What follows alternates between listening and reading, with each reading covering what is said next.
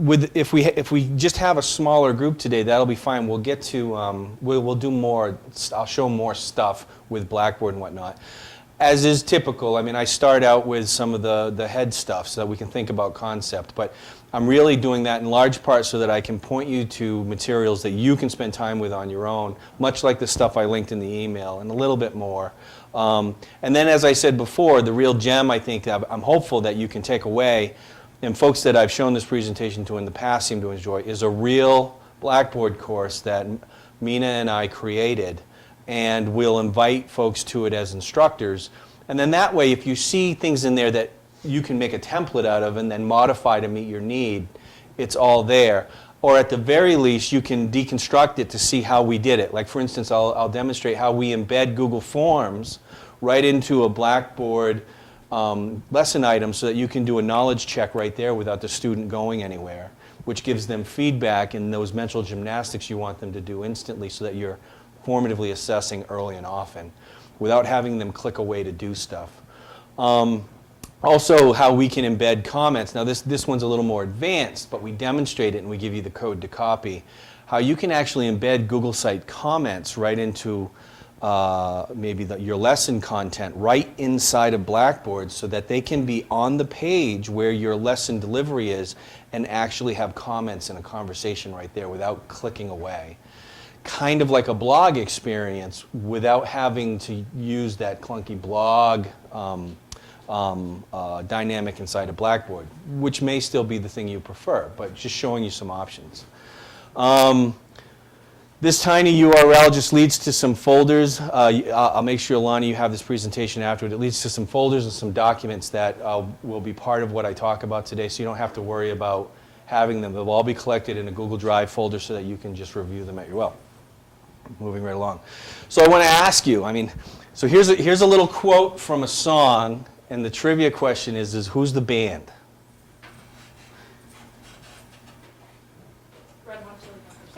Red Hot Chili Peppers, absolutely. So what I got, you got to get it, put it into. And I put that under the title of active learning. What I got, you got to get it and put it in you. Now, the song itself, I think there's some misconceptions out there about what the song is about. It's nothing nefarious. They're actually just talking about good spirit, good times, being a good person. But what I got, you got to put it in you just struck me as what a great way to phrase what this whole notion of active learning is about. You know, it's not that passive piece where I just present to you and then you just absorb it and then you're on your way. Or I give you a big test at the end and see how you did. But this active learning piece is just more than that. It's about those mental gymnastics that you're going to do with this presentation of information. You're going to do something more. You're going to flip it over. You're going to look at it, analyze it, make it into something new. And so when you do that, what I'm suggesting with active learning is you get it and you put it in you. And you do something with it so that you learn it and you keep it. And so the question becomes in online learning, what are the ways, because we have to do it differently, right? I mean, we can't do it the way we've traditionally done it. You're not going to be able to separate people into corners of the room, group them up, and then walk around, maybe have them lab or do those sorts of things. You're going to have to arrange for those things to happen differently. Okay, so beyond that, the invisible things that we don't typically think about with regard to online learning, we take more for granted when we're in the building together or on the campus together, is how are we going to inject library services? Where do they fall? How do LibGuides happen? How do we get librarians to visit our course? How do we, we do some thinking about that, but maybe some of the things I'll talk about more is more that how do we establish communities of learning for our online learners who may not ever physically set foot on campus through Blackboard, through an online course. And communities of learning are one of those high impact headings that I sent you previously. And when the AACU, the American Association of Colleges and Universities, did this research, they were primarily focused on the experience of the traditional college experience. But where they're moving to is, that traditional, those things that we know are good about being present on campus should not be lost because, come on in, no, you're okay. That's fine. Shouldn't be lost because you're away online. And so my question to you is there anything I've said here already that is jiving or not making sense or you think is kind of wacky or what? Anything? Is it all making sense? So I haven't done introductions because I've actually met everybody but you, I think. Have we met? Yes. I don't. Well, I think once I have an appointment with you after. Oh, I'm sorry. You were online and you had your hair, I think, in a ponytail, and I didn't. Entirely possible. See, I'm literal. You got to look exactly the same the next time I see you. Yeah. All right, thank you.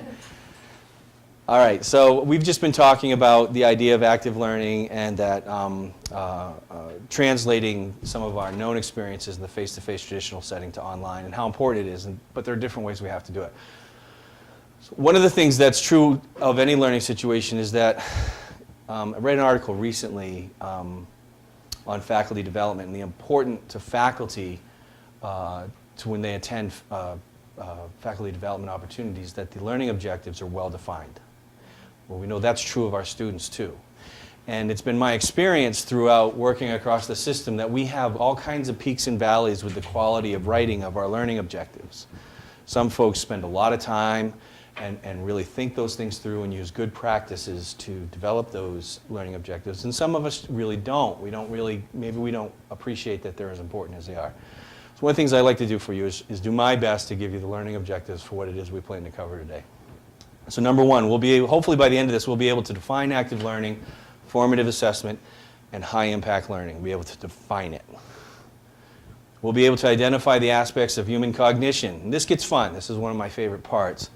Human cognition, identify how human cognition, aspects of human cognition are engaged and used by learners as they interact with educational activities designed by instructors and other learners, particularly on the web. There are some differences with regard to human cognition and how we present and ask them to do in a web space, in a mediated screen. We will look at and be able to identify the value of gathering information about student learning during the progression of a course to improve learning outcomes and instruction. So it's an iterative process that's happening at each, what I call, touch point with the student, which may be a lesson session, or it may be an email exchange, or it may be grading tests and quizzes and assignments. But all those touch points become those opportunities to rethink, how is this going? How is my instruction being received? Is it effective?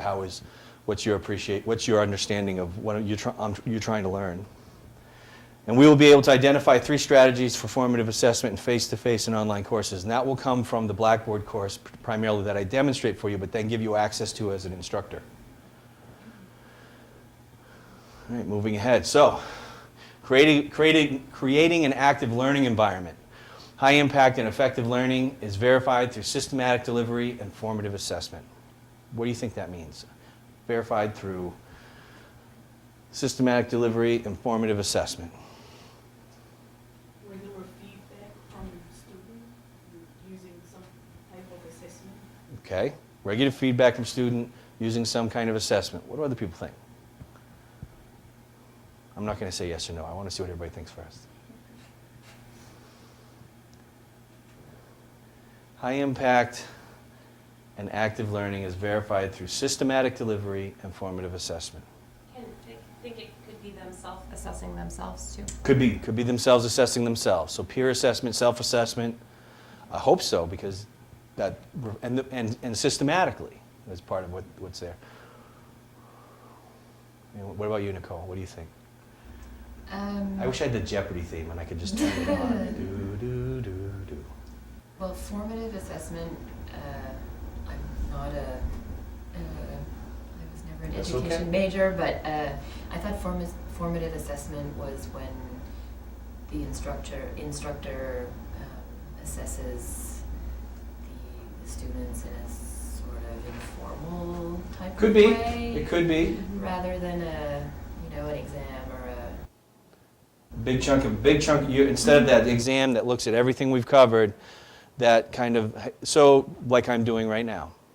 I'm doing a little bit of formative assessment. Now it's you might call it pre-assessment, because I actually haven't presented to you information on what systematic delivery and formative assessment is.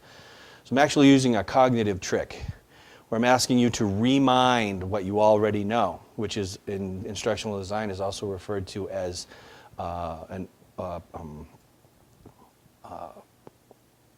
pre-organizer. I'm asking you to think about what you already know, and I'm assessing what you already know so that I can blend that with what I wanted to show. So, but it's still systematic. It's not formal. You're not going to get a grade. And I think systematic depends on the course. I mean, when I use the word regular, and you can have it, the assessment piece, 2 weeks, or maybe at midterm, or, you decide when that frequency of that assessment is, and make changes, tweaks in your syllabus or delivery. And collecting that data is often, I mean, it's not required, but it's generally connected to the idea of systematic, where you're collecting some kind of data so you can use it in your analysis. Now, if you can lock that away in your head and do the computation over time, and we do that, we learn from that. But really, when I'm thinking about formative assessment, in this case, systematic delivery and formative assessment is that collection of data. You're actually doing something where you collect data. So if you're doing little Quizlets here and there, you're storing that data, and you're going to use that information to do some learner analysis or instructional analysis later on. The delivery of the instruction was intended to do this, and this is about how well they did. I did this change, and the next cohort did this much, this less. You can do some assessment that way. Now, broaden your thinking a little bit. How many of you work within a curriculum that is shared by colleagues in the same department? Right. And so not you. So think about that. And this is often the adjunct's difficulty, because they're not necessarily included in curriculum mapping or curriculum design, where that data is collected, and it isn't just used by one instructor, but it's used by a department of instructors to think about, and it's done frequently and regularly and systematically, to think about how well the curriculum is being delivered. And even how well, maybe, what are my professional development needs? I mean, that can feel a little threatening, but if you have a culture where that's accepted, you can say, hey, look, it looks like you're struggling delivering this piece of the curriculum. Is it the curriculum? Is it you? But if we're never even asking that question, we don't know. And when we think about online learning, we actually have more opportunities to do that, because so much of it is happening with the collection and distribution of data, that it's much easier to track some of that, particularly when we put a little thought behind it. And so what we want to do here with creating an active learning environment is we want to create communicative activities that integrate cognitive, affective, psychomotor experiences. We don't want to just think that because you're online, this is just a tour of text. But how can we get you engaged emotionally and effectively? How can we get you physically doing procedures, whatever they might be? If I'm teaching you French, is there a local place where you can go and kind of sit in front of somebody and actually have a conversation to practice in context? Is there? And because your students might be spread all over, that's challenging. Maybe that's not practical, so you don't go that route. But what are some of the physical things you can get people doing? Maybe it's recording themselves delivering some sort of language delivery, or it's role playing to do some crisis intervention, or whatever it might, or it's reflecting on the experience, going to student services to figure out what array of services that they have, so and presenting that back to the group. Whatever it is. Have students produce. I can't say enough. Publish. Get them out there. Have them set up a blog, and there's a certain sense of rigor that gets injected into the mix in the online course particularly, but not just the online course, by using all this free publishing media we have to say, no, you're not just turning it into me individually, and I'm not just going to grade this on my lonesome. You're going to send this out to the world, and we're all going to have a look at it. And so that production ups the rigor and oftentimes the relevance.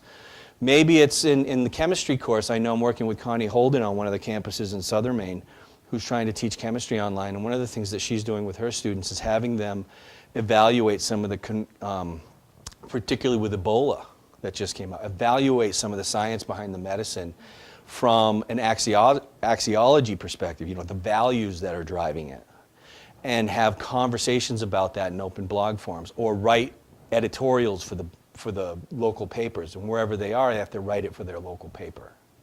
Those kinds of activities. Again, we're making it active now. We're actually getting you to do stuff. Move non-active narrative portions of the course online. So there's that. Now you've got that face-to-face course. How many of you have ever tried any flipped modeled activities where you're asking them to consume the lecture or do things that you would have typically done in course online? So how's that gone? What kind of resistance have you experienced? Any? No, not really. Okay. I think it goes over pretty well. Good. Using TED, Like TED Ed? TED Ed, you can create some of that stuff and have them do that, and then leave the in class for the conversation and the digging deeper. Digging deeper, doing some more reflective work. Have you done any? And Go ahead. I was going to say, I can't say that there's been any resistance. Okay, good. So some resistance I've seen, particularly, that's a new word, I just made it up. It's BJism. Particularly actually mixes ridiculous with that, doesn't it? When you have older students, I've experienced some folks say, you know, I'm paying to be here and for you to teach me. And you wouldn't necessarily think that would happen, but I've seen enough of it to know that it's a segment of the resistance. And here I am standing way, oh, he's on that though, that's okay. So in some cases, there might be some prep work. There might be, you need to do some low stakes. And if you're already having success, then I don't really need to go on. But if you run into some of that resistance, there, particularly in the outset, is helping the students understand how to actually do this flipped piece because they haven't done it before. But this is particularly saying that one of the advantages to all of us is the ability of this digital space where we can do some of the work that really is much more passive anyway. Why use the valuable, rich time we have face-to-face as I spit at you all this information doing exactly what I'm saying we should have done otherwise. But to do this passive piece so that we can spend more time sitting at elbow, hand over hand, doing some stuff, is, you know, as that's practical for our topic of education. I think what you're saying, a large piece is a front-end education with them as to why and what and how it's going to look and work. So one of the very pieces, just to nail that down, because I think you're absolutely right, from a cognitive engagement perspective is relevance. Why? How many of you have ever been in some sort of learning activity or in some mental activity where you're just like, what is the point? Well, I'm not talking about aversion to the point. I'm talking about the point just isn't clear. But fair enough. I mean, I asked the question, when am I going to use this when I'm grown up? I mean, I've definitely done that. That is actually a fair criticism, in my opinion, because when I go back, I can actually think of ways. You could have done a better job answering that question, Mr. Instructor or Mrs. Instructor. You know, why am I going to use this? Well, there are lots of ways now that I'm an adult and I have to actually do some of this stuff. And I'm like, geez, I wish I remembered how to figure out the slope on the pitch of my roof because I'm trying to... So anyway, yeah, relevance is if I don't know why it's important and relevant, then it's not gonna resonate with me. And I found I've gotten a lot more mileage. Lonnie took one of my courses. I don't know how well I did at this. You can tell me after. Where I tried to explain why I was asking you to do something. Maybe I went too far, but my value there was to say, I'm asking you to study these materials and review these materials, so don't waste all kinds of time on these ones. I did that because I saw that it just seemed like I wanted you to study everything, which was a mountain of stuff. But the reason I'm giving you this information is because I want you to have a nice perspective on the kind of view of the horizon of this literature. We've got a very short time together, so you can come back later and dig into this if you want to, but you know where it is. So that relevance is very important. Check for learning early and often. Ask those formative questions, again, systematically. Work it into your instructional design, checking early. And don't assume that your lesson is being received as it should. And if you wait till 2 major points or 1 major point in the semester to actually check in and assess, well, if it hasn't gone well, you're kind of out of luck, right? You don't have a lot of time to do anything to fix it. And then create culture and high-impact educational practices and shared enjoyment assessment. Now, I haven't spent a lot of time doing this. I did mention earlier about, get your librarians into your Blackboard course, monitoring. Maybe you have a thread open that says library resources. And I'll show you an example of this. We actually use Shiva Darbandi from, how many people here know Shiva Darbandi? So Shiva Darbandi is the off-campus library services librarian for UC. And there are lots of faculty, including that use her. They put a discussion thread in their forum when they have research assignments, particularly so that the students can come in just like they would go to the library, and they can ask a question about, these are the resources I'm thinking of using. Do you think these are good? Are these primary? Are these secondary? And as a librarian, she can jump in and give pointers, and she's doing that. in my short course this semester, I have somebody from UMaine in the course, and we have that forum in our short course. Again, this is that building a community of learning piece. She's not teaching the course, she's just monitoring this thread. I have faculty from UMaine that said, hey, they called me on the phone. This was just hilarious. They said, why don't you just ask that in the forum? But they called me on the phone and they said, hey, there's a forum in the thread that says there's a librarian monitoring it. And if we have questions about how to use resources that not all our campuses have students have access to, because you might have students in an online course from USM or whatever, that they'll help. Is that true? That's exactly what she said. I had to laugh. I was like, well, no, I just put that there to mess with you. And so she jumped in. And so I just know that that's not commonly known. And I know that not all librarians are necessarily doing that. And I'm not telling you what you have to do. I'm telling you what's possible. And if you think that that particular practice will work for you, Shiva will help, or she will work with your local librarians so that they can figure something out. Because the idea here isn't to mess up the service systems that you've already got in place. It's truly to, from our perspective anyway, outside of this particular presentation, it's to give you something to help. And so creating a culture of high-impact learning means, you know, pulling the pieces together. And so this is where, so how are we going to do it? What are our tools? We're going to do it with tools like Blackboard. How many people here enjoy teaching on Blackboard? It never does what I want it to do. It never does what I want it to do. At least you have something you want it to do. It has some way of putting structure, Yeah. right? And so I think the more you use it, and if you structure a course the same way, so a student comes back the next semester, they get used to the format, and it gets easier for them to navigate. That's really a big deal. I think I mentioned in our meeting yesterday, the literature out there on the value of an LMS is that, you know, and I had to get back on this page as well as an instructor, is that when you can create that, it's kind of like the mall. Think about it as the mall. If the mall looked different every time I went to it, it would be a little nerve-wracking. Or the grocery store. How many people here have ever done any grocery shopping? So you need to have that same, you know, kind of format to your brain. Exactly. I think looks for that. Well, you think about it, it does look for that. It does, and that's called paradigm making. And that's a cognitive process. It's a way we otherwise, if we woke up every day and everything was new, it would be crazy, right? But also, if you think about it, in a college course, there's a lot that you're going to be asked to do that's going to be new. Maybe we can take away what doesn't have to be new so that we can get to that, because there's some of it that's important to experience as new. And, go ahead. About active learning, because at some point, you know, the student's mind, active learning stalls, Yeah. I think, with that overload of just new information. So is that a hint? No,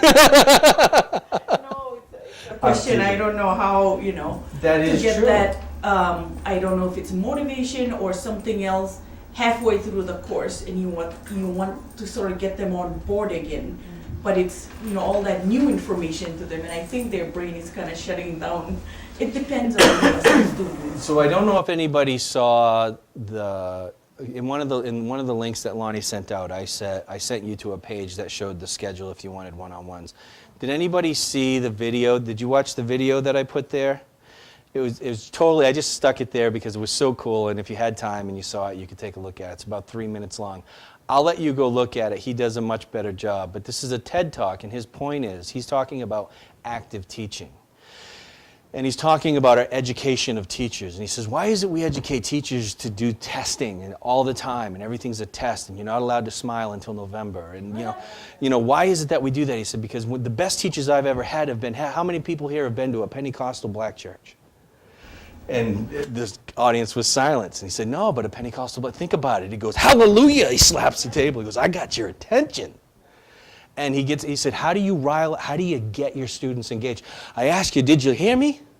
Did you hear me? You know, and he asked for feedback. And his point is educators are on a stage in some respect. And he's not saying, look, you don't have to be an entertainer, but you do have to be entertaining in the sense of keeping the attention of your audience, because if you bore them out of the room, it doesn't matter what you're teaching. So I think your point is well taken. We have these free tools, Google Docs. We're going to get into that a little bit in a minute. There are ways to integrate that. Robbie Burbank, my assistant, did something really neat with a UMaine faculty, nursing faculty, with groups, as he shared with the members of that group Google Docs presentation. And so when that group logs into their group in this item, they just see that embedded, and that their project was to work as a group to build that presentation and then present it asynchronously to the rest of the class. And it was really a neat way to use Google Docs and Blackboard, because the group feature made it real nice to create a space for just those 5 students so that only they could get in there and work on that. And then at the end, they could just share that document with the rest of the class. So Google Docs integration with Blackboard is a pretty neat thing. And if you've never done it before, you practice it once and you've got it. Google Hangouts, how many people here have used Hangouts? How many people here see Hangouts as a valuable tool? It has its place, right? And one of the things I really like about it is, unlike Adobe Connect, which is also a valuable tool, it's a tool that all of our students and anybody involved can use without instructor present. They can use it on their own between one another. Some of the students that I've had in class have come back afterwards and said, hey, since we started using Google Hangouts, I chat with my mother in California all the time on Hangouts. Skype has been around, but there's something fundamentally different about the two tools, particularly, and in Google Hangouts, you can do more than you can in Skype for free. I mean, it's hard to beat free. Google Sites. How many people here have used Google Sites for any reason? Got a couple. You know what it is? Okay. Have you seen Google Sites? So Google Sites is it's a free web publishing system, but it's got those features like Google Docs does of non-destructive editing. So if you're doing any website building with your students, you can feel better about if somebody comes in and changes something or goofs it up, you just revert back and you get where it was. So there's those features, but also because it's Google, all of the other Google apps just integrate with it really nicely. I think a lot of people on campus are using it, they just don't realize Oh, they're really? using it, because Like e-portfolios? all our gen ed portfolios are now in Google Sites. Yeah, and so that's one of the major reasons it's used in an educational setting. I can't tell you how much literature, how many tutorials on YouTube, how many educators, K through PhD programs, all using Stanford University. I mean, all those for e-portfolios are using e-portfolios. The one drawback with using Google Sites for your e-portfolios versus an enterprise level e-portfolio tool is the data integration, the data collection.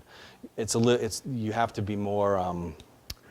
It's more manual, if you will, in a Google site versus you can integrate, like, for instance, UMPI is going to TK20 and they're integrating it with Blackboard and Main Street so that students' e-portfolio activity is gradable, but it instantly updates grade books. And it just costs money, and quite a bit at that.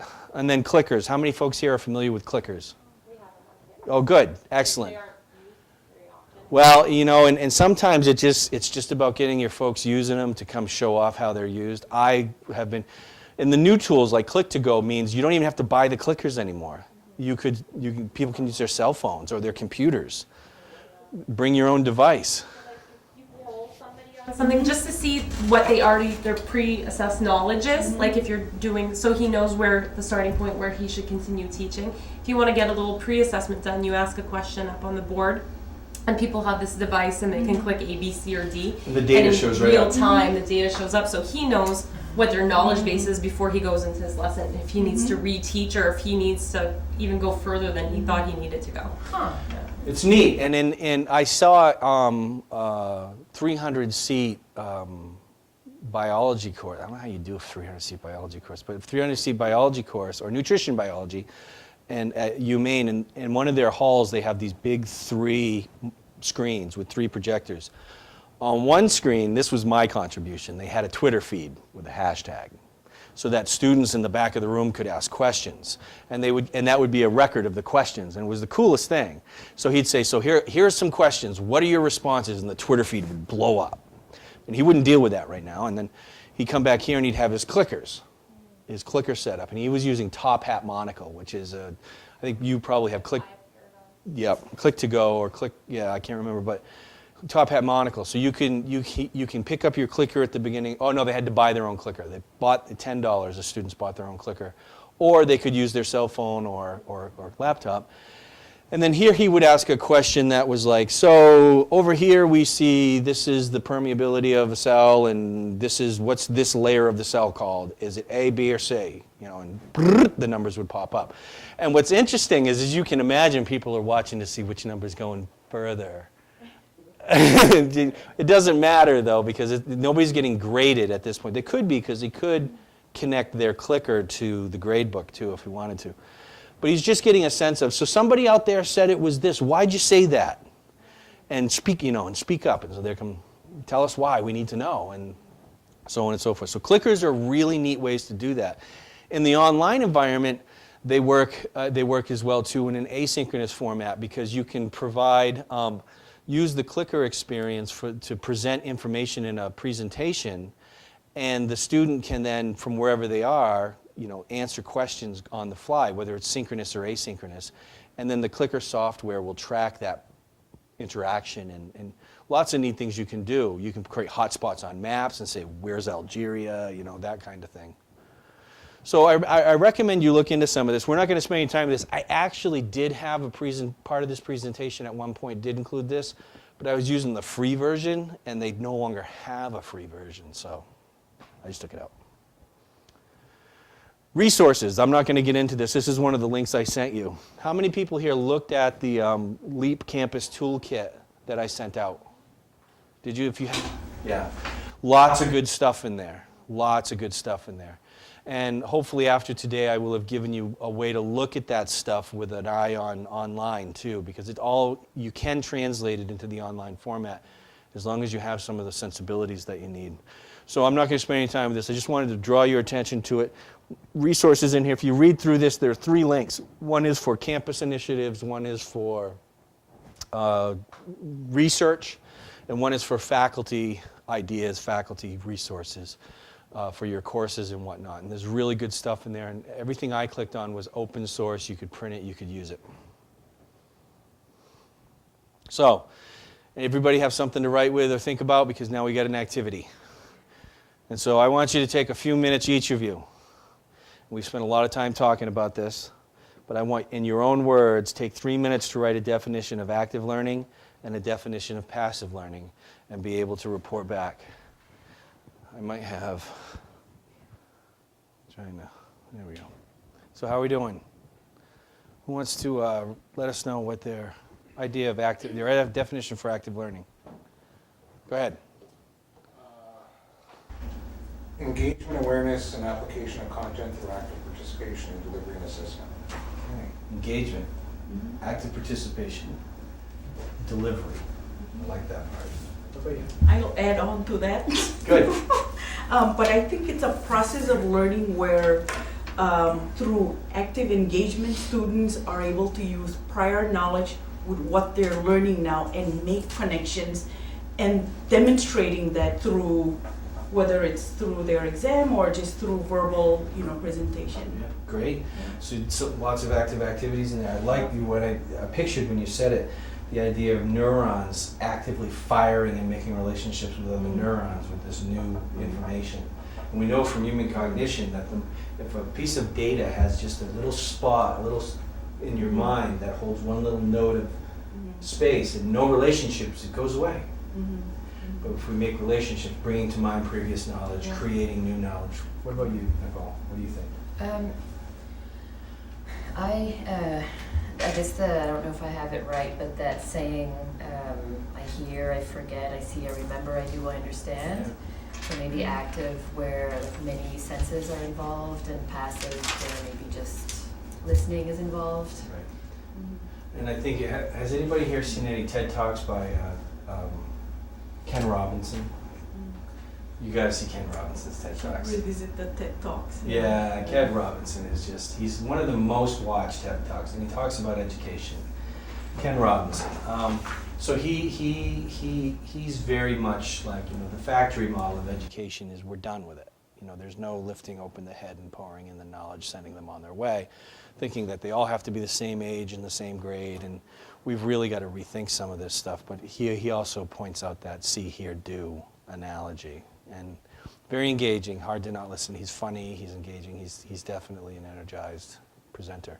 Can you tell us about passive learning? What was your definition? Excuse me, just going through the motions of obtaining knowledge through content, but never really putting what you've learned into practice or digging deeper, kind of like memorization. Yeah. And as we talked about with Dewey in our course, the idea that there isn't a place for passive learning is not the point we're trying to make. There's certainly a usefulness to that strategy, but when it's the only go-to tool in your educational toolbox, we have a problem. If you're only, a recent study showed that even with all that we've learned and know and chat about with regard to education, we still predominantly rely on the lecture and the test. And it's just shown over and over. And, without being pejorative, there are lots of reasons for that. But one of the things that was highlighted in that particular article was the message from our infrastructure that said, well, everything's about the test. If we're going, you've got to have transferable grades, you've got to have a transcript, you've got to have, your MEAs done, and so there are lots of reasons that we're pressured to kind of do the same thing and expect different results. Maybe we need to change some of those expectations. So anyway, that's a little philosophical, but trying to get you from an affective point. Other thoughts on passive definition? What else? What would you add to what Lonnie gave us?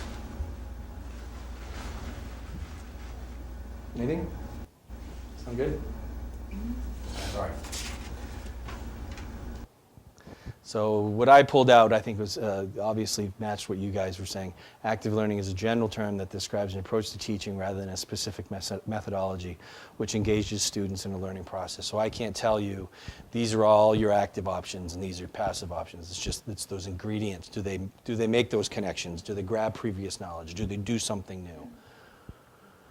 So what does this mean? Information is more likely to be remembered if it is physically, emotionally, and cognitively engaged with. And how many people here are familiar with Bloom's domain of taxonomy, learning domains? Really, what's really useful about that is if you do anything with it, it gives you those action verbs, those do's, those will understand. That's hard to measure. I suppose people make arguments, but I like will be able to define, will be able to put this together when you're done. Will be able to read a French dictionary. That's, can you or can't you? And how do you feel about that? I was listening to Stephen Wright, who said, I read the dictionary the other day and I just thought it was a really long poem. So anyway, point is to get people engaged in multiple aspects of their thinking, doing, and feeling. People in general learn better by doing. I won't spend a lot of time with this. You'll get this presentation, but I don't know if you can see it. I'm sure you can't. But when you think about high-impact learning practices, this is from a paper that I've linked to so you can get to it at the bottom. Particularly with things like group work. This whole notion of getting students to do stuff. Yeah, that's easy, right? They're just going to do what you ask. They're going to do stuff. They want to do stuff. That student who said, I'm going to have to go and do something, isn't that your job? That is a dynamic. But so what some of this study has pointed out is that some of the resistance to this, both from students and faculty, or faculty are fearing this stuff. How many people have tried to present some sort of learning activity in a class and they got, I don't believe it, we have to do homework in groups and she isn't even going to lecture the chapter before the problems are due?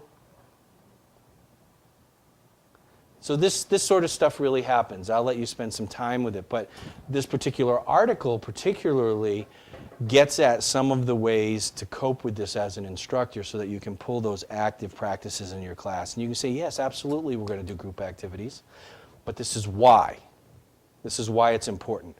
If you want to learn counseling techniques, you've got to practice being a counselor. And I've got to evaluate you and confirm that you know what you're doing. The 3 domains of learning, we've talked about that. I'm going to pull up the Blackboard course here in just a second.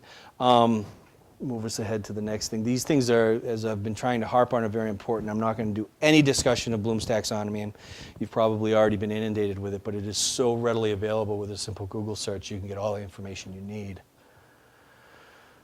So this is where we start getting into doing some things, and I'm going to ask you to, since one person has a laptop, maybe Nicole will be willing to be the scribe. You'll work together in a small group to answer a few questions in just a moment using a Google Doc, and I'll show you how we did something similar after the fact in our Blackboard classroom so you can see the connection between the two. Let's get down here. So if you could do me a favor, Nicole, if you could navigate to this link. This second link is this link in a Google Doc form, a printable format. So it's this, either one is the same thing. But if you could go to this link, this is what I'm going to draw your attention to. I'm going to ask you all, in fact, I can bring it up on the board too, to not read it word for word, but particularly pay attention to the bulleted items at the bottom. Have you found it? Let me know when you find it. The bulleted items at the bottom. I'm going to move this over here now. So these are in the document. Then I'm going to have you, after you've read that, I'm going to have you navigate to this document. I think it's that one. Or this one. Yeah, you should see the definition, some definitions of HIPS, the high impact learning practices, an overview maybe. Yeah, great. That's the right place. And so what I'd like you to do is just kind of generally review some of that information at the top, but and I'll bring it up on this board as well so you can see it both ways. But then spend a little more time looking at the definition of the different impact, the high impact domains. And then once you've done that, I have some questions for you on a Google Doc that I want you to fill out, and these questions are specific to your campus. I want you to think about those high impact domains, and I want you to consider how are you or how might you address some of the issues that go into building a high impact learning practices in your course. Okay, so I'll bring that up here so you can take a look. And on this document are these questions as well, so you don't have to remember the questions. I'll do it this way. Oh, I think I've reached my limit. Oh. Yes, okay. So what I want you to really spend some time thinking about are these definitions here. And then you will answer the questions that are here, but they're also on this document here. TinyUL UMFK excerpt, this one, excerpt 1. So spend some time looking at that, and I'll actually take this off, and you guys can use this computer. We'll just have you maybe address one of the questions for time's sake, but I just wanted you to kind of digest those high-impact practices in a context that is your own, and maybe just look for the first one for solution. Identify how UMSK is or might be addressing the problem. Name specific initiatives or activities that you have or that you are soon to have or that you could think to have. There we go. So the problem statement here after, in considering those domains is almost all campuses' utilization of active learning practices is unsystematic and compartmentalized or siloed to the detriment of student learning. What's a solution here at UMFK? How does your campus address this problem? And try to name specific initiatives and activities that you're doing. There you go. BJ's the answer. That's it. Yeah. Yeah, until I leave and you're all like, I wish you would. What are you laughing at? No, I'm teasing. But what else? What else are you doing? So yeah, you have these professional development opportunities. Critical. Actually, anybody here know Andrei Strukov from UMaine? So he's there for Faculty Development Center. They have a Faculty Development Center, and he's the director there and has been for a long time. And you got to love Andrei. He's so passionate. Very, very Russian guy, so he's got this very sinister kind of KGB perspective. But he's just really, really dedicated to his faculty. I do workshops for them as well. I had a conversation with him recently. There's some nice articles out there if you have some folks who are in charge of your faculty development stuff, and I know that a lot of times is you, I think, that talks about how some of the current evaluation that's going on for faculty development. I think you're absolutely right. Faculty development, good quality faculty development, is an important part. And a parallel process, if you will, with your student education processes. What else? What else are you guys doing? I think one practice, I'm not sure on the back end of how that happens, but is student assessment. How so? Faculty and instructional design delivery, end of every semester, put the complete assessments of course, engaging, delivery methods. And that information gets actually... Well, and that's the other part, I guess, or I said, I'm not sure what happens on the back end. Faculty get that, but after that, I don't know. Oh, I see. But at least that data is being collected. You know, on that note, you here at UMFK do something no other campus does, at least not nearly as well. I mentioned it yesterday. You have this pre-course online checklist that every course has to muster. And I remember I saw Leslie having a conversation with faculty that she was trying to get with work with me, said your course will not run if you don't have this done. Nobody does that. Everywhere else is the mentality of, if you would please, maybe you could try using this, and it just never gets enforced. But I really think that says something about your investment in quality. You guys also, I think, you guys have gone through the Quality Matters stuff as well. Yeah, a while back. It's been a while, but each faculty who develops and proposes a new course to be taught online, when they fill out the application and the paperwork in which, when it's going to be delivered, attached to that, we have the QM rubrics, so they're supposed to be adhering to it. So I mean that's important, and not, but again, it's that, and you've actually, as Leslie said, you've updated that checklist, and I don't know if Wani also spoke to you about our first year experience program. It's not a course anymore, but it's a program that has learning communities.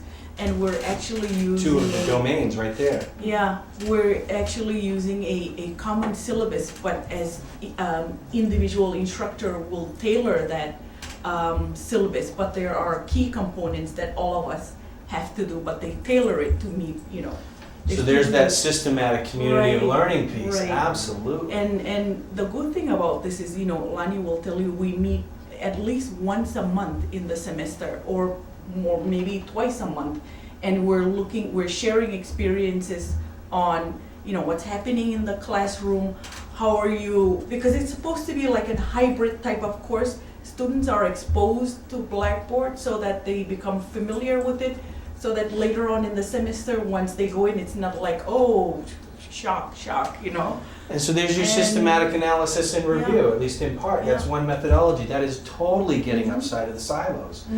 You can see it in our system from campus to campus. There are different flavors of it, but you definitely see there are some campuses and units where the faculty barely know each other, let alone teach any kind of common curriculum. And I think that has an impact. And according to this literature, that's what they're getting at, is that shared collaborative formative assessment that is actually used in an evaluation process to improve the instruction, but also improve the engagement with the learner's needs. It's good stuff. Instructors are also advisors as well. So we meet with students, and we've been playing with this retention tool that's called ETS. Success Navigator belongs to ETS. And it looks at both, the cognitive as well as the non-cognitive skills of first-year students. And during the pre-registration, we were supposed to, I haven't been following up, but meet with individual student with their results. So you get an advisor's result, and it tells you where the student is in terms of the 5 areas, the non-cognitive areas, and then it gives you recommendations on how to help your student, whether it's connecting them to the tutoring center, or connecting them to those sessions that TRIO has, time management or stress management and so forth. But so you've got this dual role of not only teaching in the classroom, but as well as advising students and understanding, Understood. you know, yeah. That's all fantastic stuff, and I have no doubt that as your proficiency grows with implementing those processes, so will your practices. As she was talking, I was thinking about the value of that kind of information for your instructional design types, because that's learner analysis. That's Yeah. what that is. That's one form of learner analysis. If you know that information about your learners, and we mentioned that briefly in the meeting yesterday, all too often your instructional design supports are asked to participate at the point of what tool should I use? How do I design this particular activity? Which is fine, but what as an instructional designer, I often will say, well, what do you know about your learners? Before we think about how we're going to do this, who are they? Who are we teaching them? And that information is much of the information that you need. Yeah. And if you have access to it, particularly over time, because you're catching baseline data, and you're now with that baseline data, you can start to measure movement in one way or the other, which is what retention is all about. So, any final thoughts before I open up the Blackboard course? Oh, Sean's like, it's about time. Our Scholar Symposium that we have on campus. Tell me, I don't know, what's that? So it's a day, usually there's a theme and usually there's an academic division that sponsors the day, but it's held every year. And so it might be mental health, it might be, there's a theme, and all classes are asked to actively participate in some sense, whether they do a poster presentation, audio visual presentation. They might actually get up in Fox Auditorium and present to all of campus some of their research they've done in that area in their class. But based on whatever the theme of the day is, we bring in guest speakers who speak to that, and it's a full day around just That thing, just the students' work and them sharing it with we have community members that come in. We have all the campuses here. Yeah, I think that's right on the money, and particularly as you start to look at the diversity of instruction formats that you have. I mean, ITV is actually a beast in of itself. I don't think you guys are doing a lot of that right now, but you're just to receive. So any kind of when you're out of your element, you're doing something different and new. I mean, there are some challenges that are good to get some development and practice with. But I think one of the things I've always appreciated about UMFK is that you have this culture of alignment with quality standards, even when you're struggling with those, which is going to be true everywhere you go. But there's this real alignment and buy-in to quality standards, and I just think that is one of the reasons I think you guys make a difference, and you do things a little differently than other folks. That you live up to those things. I'm not kidding when I say you're the only people, the only campus that has any kind of valid follow-through with that checklist. Everyone else is just doing everybody does their own thing. And back to, I think it was one of you said earlier about how important it is for students, to come back to a similar environment when they're learning. That encourages that. One of the side effects of having a consistent quality process is that students they can know what to expect. With regard to building communities of learning, the one thing with online learning that I just want to stretch you to, and I'm going to demonstrate some of that, is think about ways, one way I saw PSU does at Penn State University, when you're in a curriculum like the education program, maybe this computer science program, they have modules in their online courses that are at the end of semesters that are introduction to the next course you're going to, where that new instructor has a little presence in there with a little introduction to the course and a place to ask any questions about the upcoming course. That's another way they tie in, they bunker bust that feeling of isolation that can happen in an online course, because they're constantly doing things to introduce you to where you're going and what you're part of. And then, as I mentioned earlier, if you use library services for your course projects, find ways to get your local library, or your local library can partner with OCLS to maybe help you out with some librarian presence in your course as well. And if you haven't seen that in action, I recommend maybe doing a prototype and seeing what it looks like. Did you have a question? Okay. So let me bring up this course, and this is, first one I'm going to show you is the course that I'm going to add you to. Apply to the environment, like the place of practice. Yeah, so Now there are no save it. students in there. Yeah. Yeah? Oh, yeah, okay. All right, so here we are, called UC Active Learning. And so one thing to know is you've got colleagues from across the system in this course. So one thing I ask in big bold letters here, let me see if I can zoom us out a little bit. There we go. One thing I have in big bold letters here is don't actually change. You can certainly ask questions in the discussion areas and those sorts of things. But if you see something here you like, copy it into your own space before you edit it, because otherwise it changes it for everybody. So let's start out with, I always recommend to folks that you have a link in your course that's a Start Here link, and that your entry point, at least for the first week or so, be the Start Here link, because it's where you introduce yourself in the course. This was, again, this is a mix of real course content and then just kind of filler. We did this course for 40 faculty at UMPI, actually. And I'm going to go in and update a few things because there are better ways to do it. But just to make sure in your course that you're giving plenty of orientation to the course, I like to recommend that in this video, I give folks a tour of the navigation bar, what lives there, where to find stuff. And this is one of those things that if we're all doing, your students will come to rely on, okay, so I'm going to learn where everything is laid out in the course because my instructor is going to give me a tour.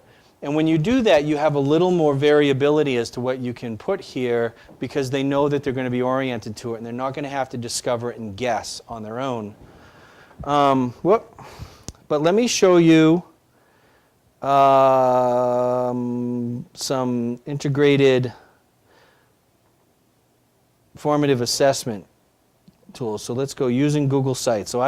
And oh, by the way, some of the material in here is actual content. So this is an actual how to use Google Sites module. So if you want to modify this on your own and use it with students or with other faculty, you can. Let me make sure that editing is off. So you're going through this content. I think there's some. So at the bottom here, it doesn't look very good in this resolution.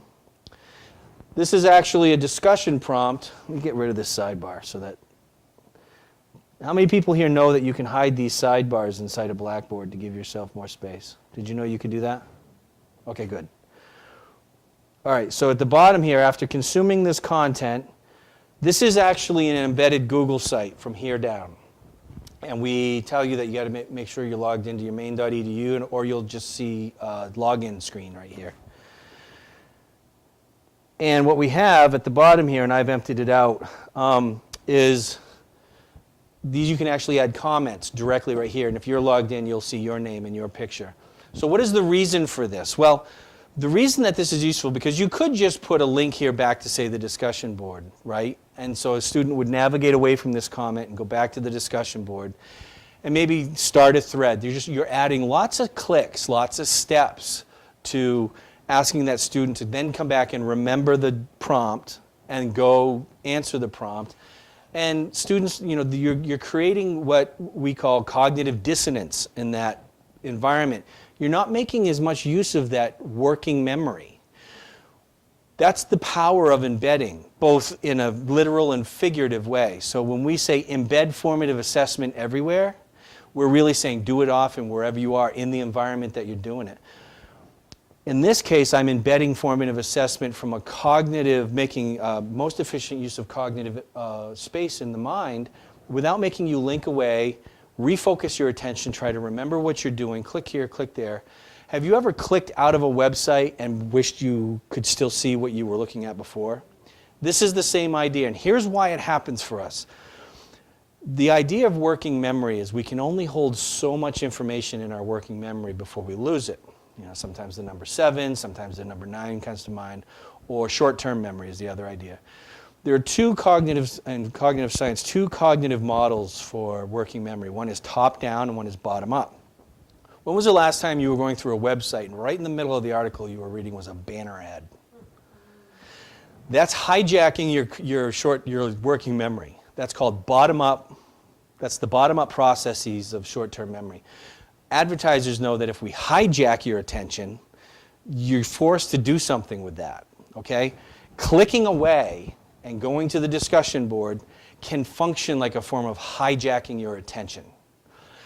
By positioning, embedding, the top-down model is I have chosen what to assert my attention to, and I can now focus on the information. I can keep in line. I've read this material, it's fresh to me, here's the prompt, and here are the comments, and I can glance up and remind myself of the question and write my response.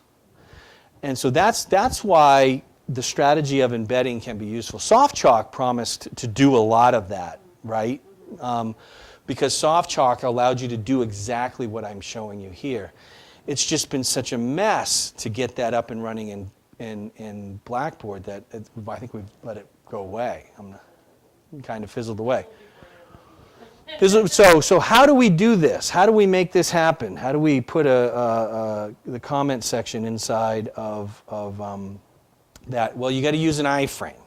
And so this is where people often go, well, what? I can't write on the board, but let me show you on this so that you're not worried about it. By using a blank Google site, so my questions are all written on Google Sites. I wrote all my questions on just a blank template, and I iframed in the page. And just so that you know, because I'm an editor, you can actually edit that here. You don't have to go back to Google Sites. If you wanted to edit this right on the page, you can. This is the one place where we would, and I have a module in here when you sign into this course to teach you how to do this. So right now I'm just showing you. Let me turn the edit feature back on. And let's edit.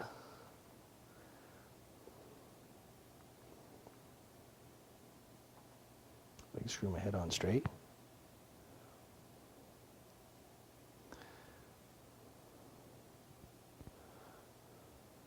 So again, when you look down here, you see these iframes. These are just inserted in YouTube videos.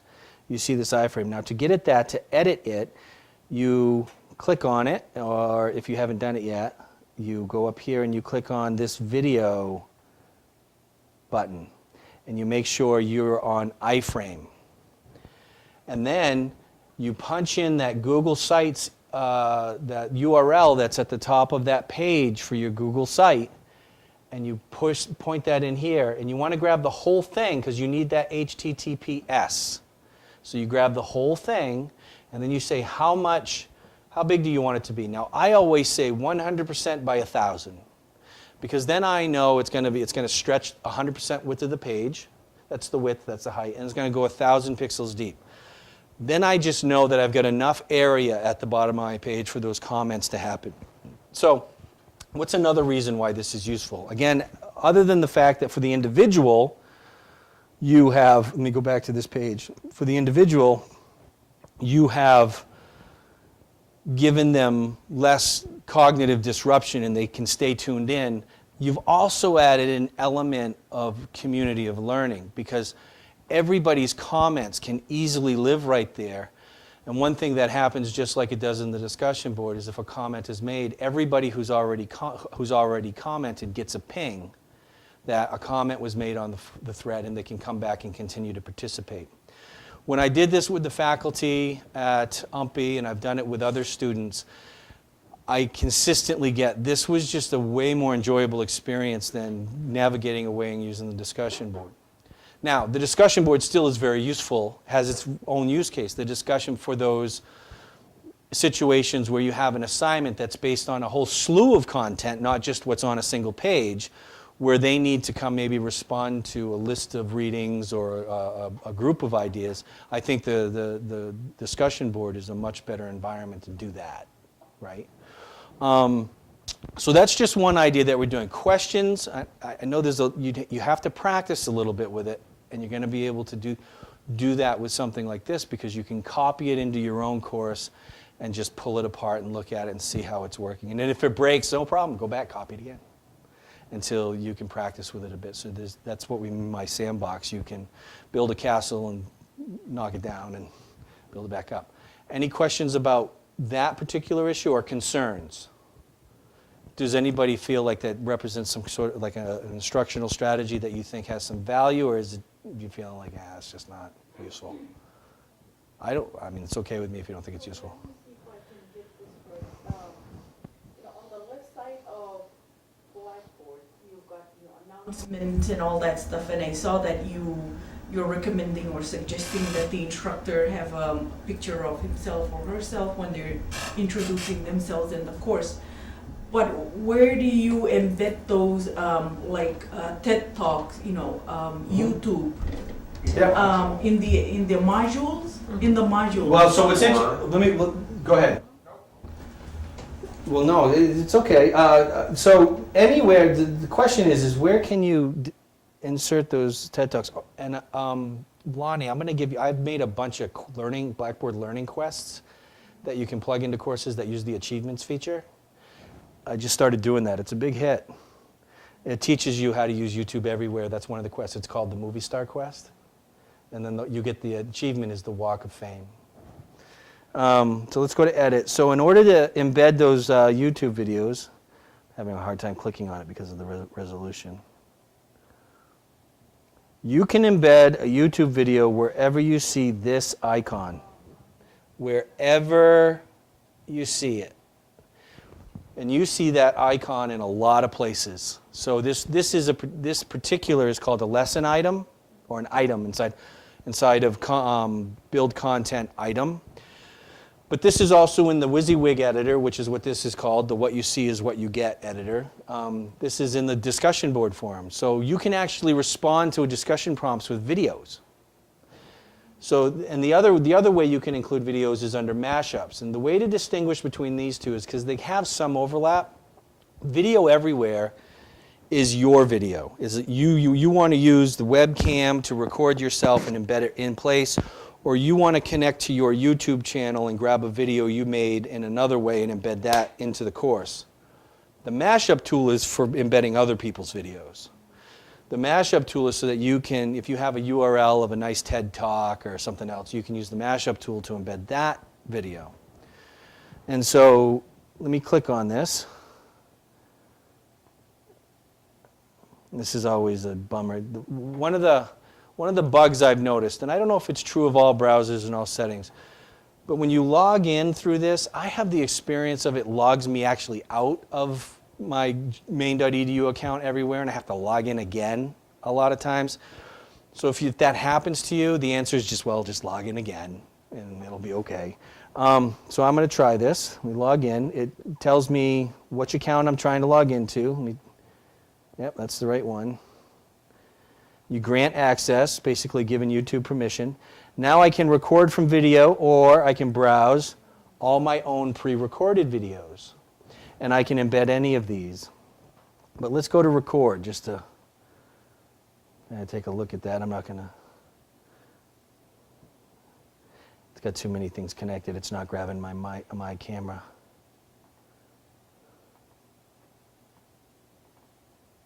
Allow. Now, it's not grabbing my camera, so I don't want to mess with it. Let me grab one I already made. Let's do this one. I can preview it to make sure it's the video I want.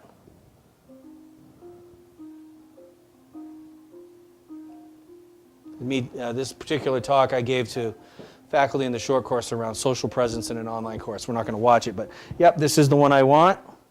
And then I can just click insert. I can give it the dimensions I want. That's fine. This play in place allows you, they click play, they watch it right there. But the thumbnail isn't bad either, because the thumbnail just shrinks it down, and when you click on it, it comes out as an overlay and darkens the back of the screen. So if I click insert in place, there it is, it's inserted. I'm going to preview it. I'm not going to actually submit it because I don't want it to actually go there. But this is what that page would look like if I left it as it was. Right? And I can play. And so there it is, and I know that's all I need to do. And so, let me just cancel this. That is the video everywhere. And then the other feature, let's go edit, is the mashup tool. And I'm going to choose YouTube. And so it just brings me to a search bar. Let's say we like, I don't think there are any videos on YouTube about cats. Well, let's see. You think? What are the odds? I think it was Kitchin. Oh, so there is one. So so let's say we get based on a certain. Now you can also search a URL. So if you have a specific URL, that's good because it will search that specific URL for that video, and then you can embed it right into your course. But this might be TED Talk. Let's try TED Talk.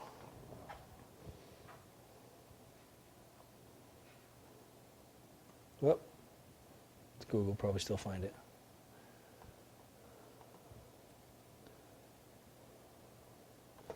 So there's a TED Talk. Let's see the puzzle of motivation. Let's click select. And so then we get a couple of options. Again, we can choose thumbnail.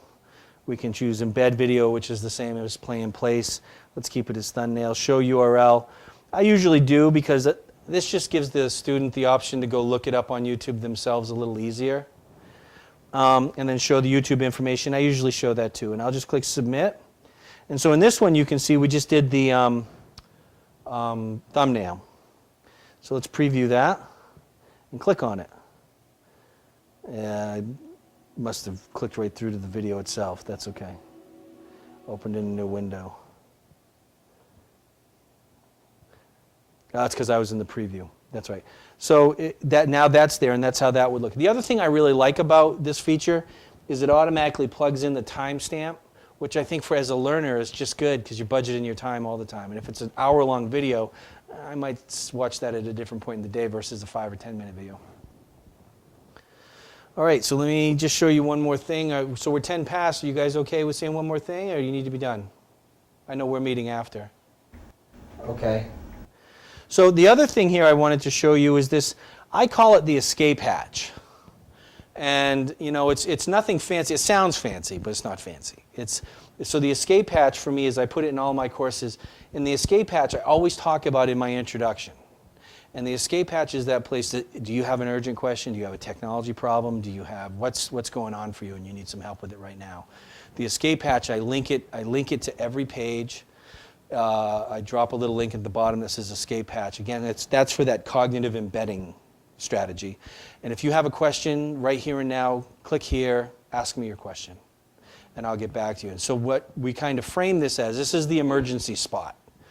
We have these other spots for these other reasons. And so if you're having this I need help right now feeling, there's an opportunity for you to ask that question. So you could frame that however you like. I've gotten a lot of positive feedback from that because that creates an environment of support for the students. And I always distinguish it from everything else. Do they practice it or use it that way? Yep, they really do. Really do. In fact, I'm really strict about it, and I say in my introduction video, if you call me with a question that's appropriate for the escape hatch, I'm going to ask you to post it in the escape hatch. So, and that's fine if you want to call me, but you're still going to have to post it in the escape hatch. So you might as well just do that. And the reason is because the questions that are asked are always, everybody sees it, and then they see my answer. And I put energy into answering these questions. Like I had one question in the escape hatch in my last short course. I'm not really understanding the concept of wiki in Blackboard. I can't get my head around how this is supposed to work. So I answered that in a pretty elaborate way with some nice how-to, but I don't want to do that again. I don't have time to do that for every individual. But so I came in and we had other people chime in with responses saying, thank you, that was helpful for me too. Perfect, that was the whole strategy.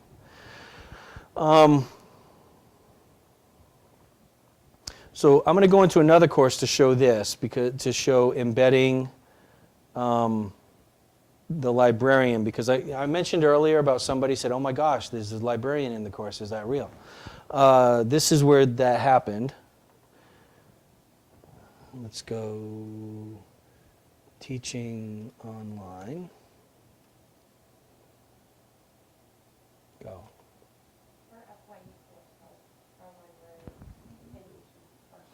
Perfect. Well, that makes a lot of sense. That's great. So this is the short course, and some of you, did anybody take the short course with Glenn LeBlanc? Yeah? No, not in this room. Okay. So I inherited it just for this round, then Mina's going to take it over. And I've done a fair amount to it. I've kept a lot of his content. He had a lot of the pedagogy stuff in there, but there wasn't a smidge of how to use Blackboard in it. And I thought to myself, that just seems odd. You got to have. So I put a lot of Blackboard stuff in it and so forth. So it's different, but it's also familiar. So let's go to the discussion board. So right here on the discussion board, and again, I talked about this in my orientation. I put the escape hatch in here. It's been used quite a bit. We have 5 people in this course, and we've got 14 posts. They've used it. So let's go down to chat with a librarian. That's the actual chat button, by the way. It will open the chat feature to the library. It's embedded. And so she's right here. She's had a few questions, and she's chimed in and answered those questions.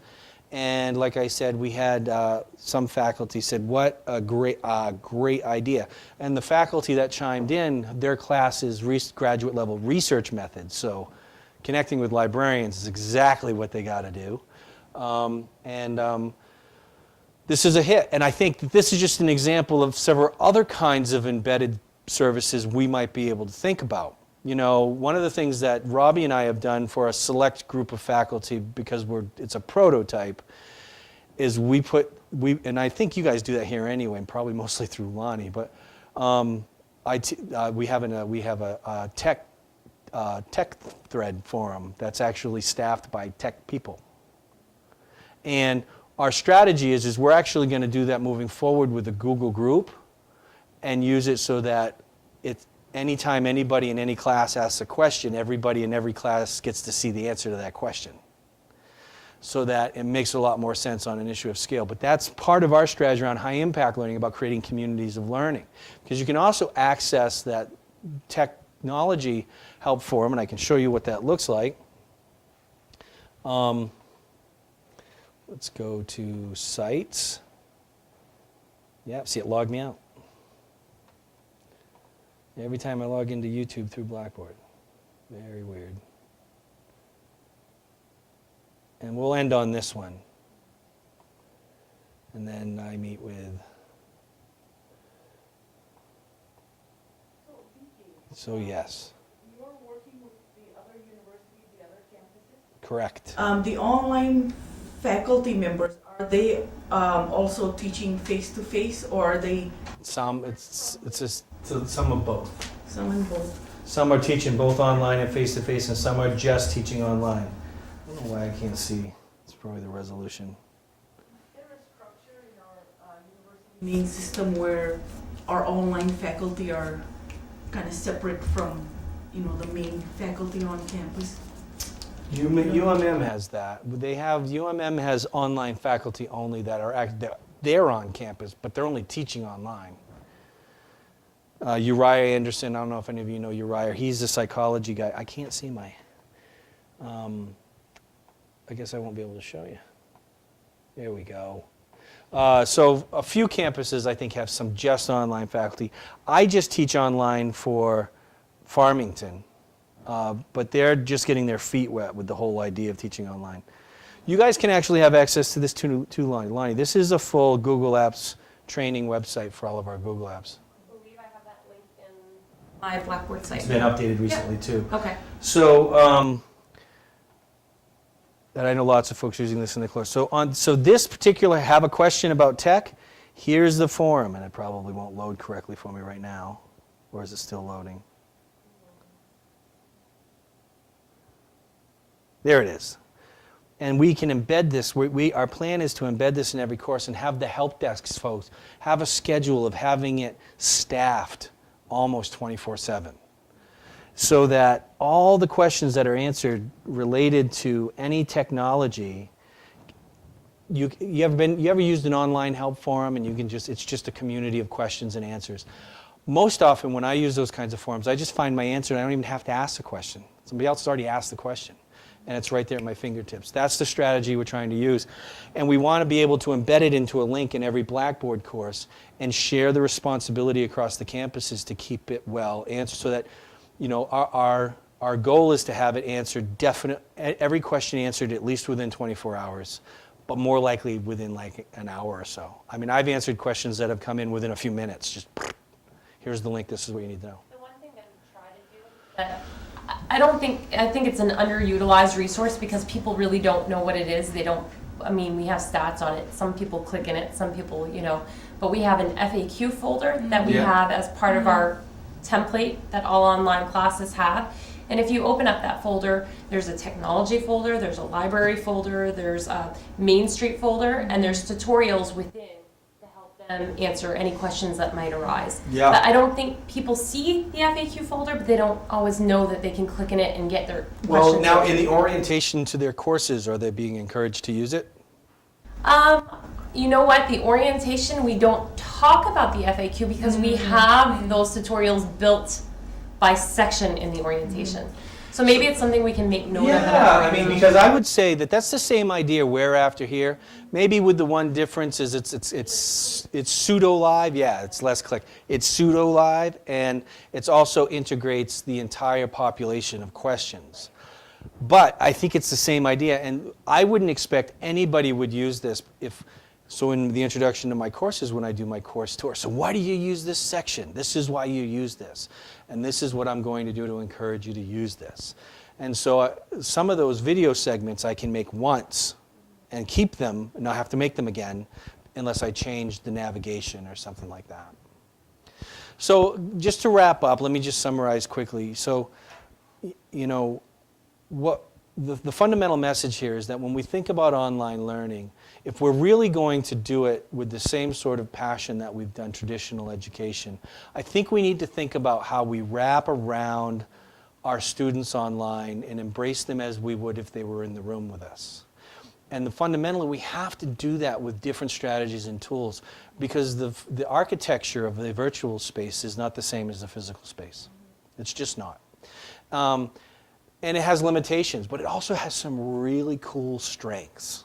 You know, like I can answer questions from people. I get to do a hot team review. I get to learn what a hot team review was, because I was approached from the unit. They have 75 instructional designers at Penn State University in their instructional design department. And that doesn't even count the folks who run their media equipment, this is just straight up instructional designers. I was like, wow. And they're like, how many do you guys have in the university main system? I was like, I don't know, like 5. You know, maybe 4, maybe actually 1, and the rest of us are just faking it. I don't know.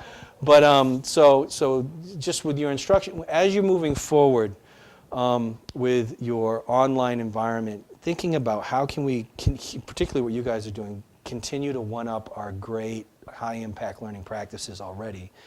And in that information I sent you, if you're not doing something that you see there online, but you're doing it face-to-face, how can you blend it? How can you make it so that you have it? Because what we know about students online is that, yeah, the old traditional, 10 years ago when we started this whole online thing, students expected and faculty expected to have and give text tours.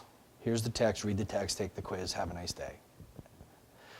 But as we've gotten more competitive and we can see how people are doing it really differently, we're realizing that as human beings, we want that engagement, we want communities of learning, we want somebody to know us well enough to write us a resume at the end of this thing, write us a reference. We want to know who our cohorts are. And I'm not telling you that every student has that ideal, I'm not. But I'm telling you that there are more students than we give credit that want that kind of online learning experience, and we can do it in Blackboard. So, can you tell me in 3, maybe 1, 2, 3, how do you know that a student is becoming an at-risk, online learner? What are the 3 things that you look for maybe in Blackboard? Well, you're using they actually have an early warning system. Yeah. So you're looking for logging number of logins. You're looking for time logging in to take a test before the deadline of the test. You know, if it's due at midnight and they're always logging in at 11:45, And then, you catch that usually because there's an excuse. I actually had somebody's grandmother die twice in my class. That was kind of sad. And I just responded to the first email just so that they understood I knew that. So I think you're looking at number of logins, and particularly you're looking at if you have rubrics that are meant to describe how to respond in discussion boards and blog posts, have they read them? You can tell if they've even looked at them. And so are they looking at them, and are they responding? So if they're not doing any of those fundamental things, they're probably struggling. And you can see that very early.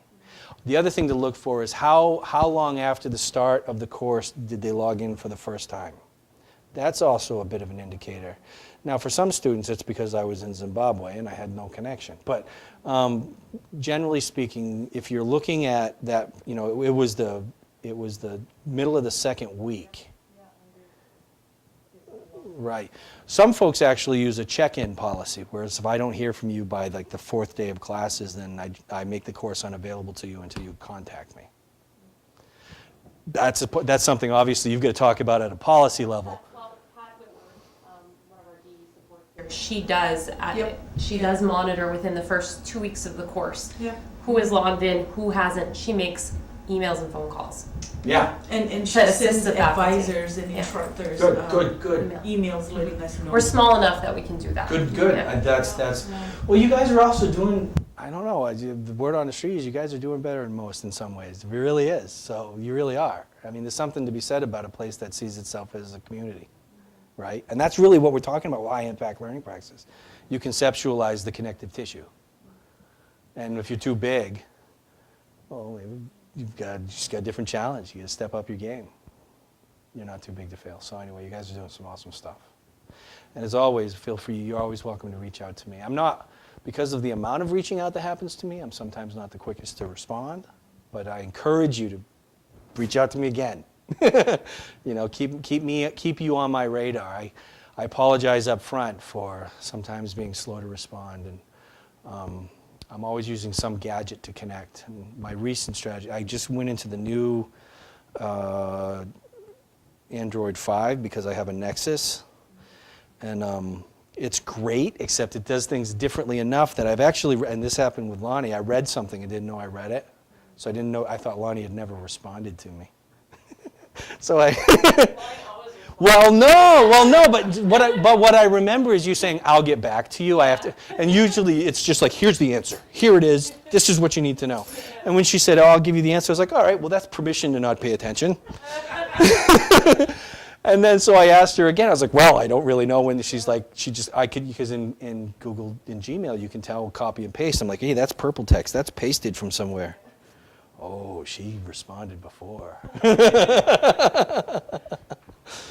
So I went back, and sure enough, I missed it. And so that's just life in BJ land. So if you ask me something and it's urgent, feel free to say urgent. That will get my attention. Yeah, it really will. You will bump yourself up the list. But if I haven't responded to you in a day, poke me again. Don't let me forget. I mean, I'm not terrible at it, but it happens.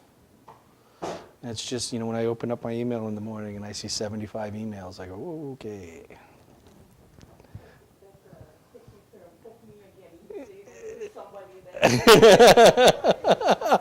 Oh, right. Right, so let's keep it in context. All right, any other questions or concerns? So tomorrow I'm going to do a fly-through of all the Google Drive, all the Google apps. Yeah, right. Yeah, thank you. All right. Yeah, I'll be here. Be here all day, so if you want to pop in, I'll be here all day tomorrow too. And